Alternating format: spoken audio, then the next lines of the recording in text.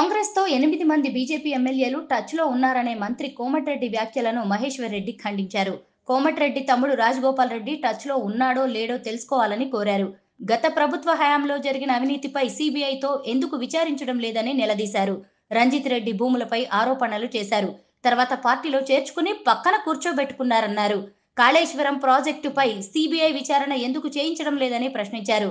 Phone tapping అంశంపై రేవంత్ రెడ్డి సర్కార్ త్వరగా చర్యలు తీసుకోవాలని సూచించారు. టెలిఫోన్ యాక్ట్ కేంద్ర ప్రభుత్వానిదైనందున ఆ కేసు సీబీఐకి అప్పగించాలని డిమాండ్ చేశారు. బీజేపీ ఎమ్మెల్యేల గురించి మాట్లాడే స్థాయి మంత్రి కోమటిరెడ్డి వెంకటరెడ్డికి లేదని మహేశ్వర్ రెడ్డి స్పష్టం చేశారు. భువనగిరి ఎంపీ సీట్ను వెంకటరెడ్డి గెలిపించుకోవాలని సవాల్ విసిరారు. ఇక్కడ ఏక్నాథ్ షిండే పాత్ర పోషించడానికి చాలా మంది నేతలు ఉన్నారని హాట్ కామెంట్స్ చేశారు.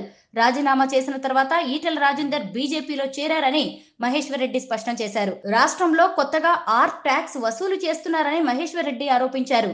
ఆర్ అంటే రేవంత్, రాహుల్, రాజీవ్. ఇందులో ఏ పేరుతో ట్యాక్స్ వసూలు చేస్తున్నారో మాత్రం తెలియదన్నారు.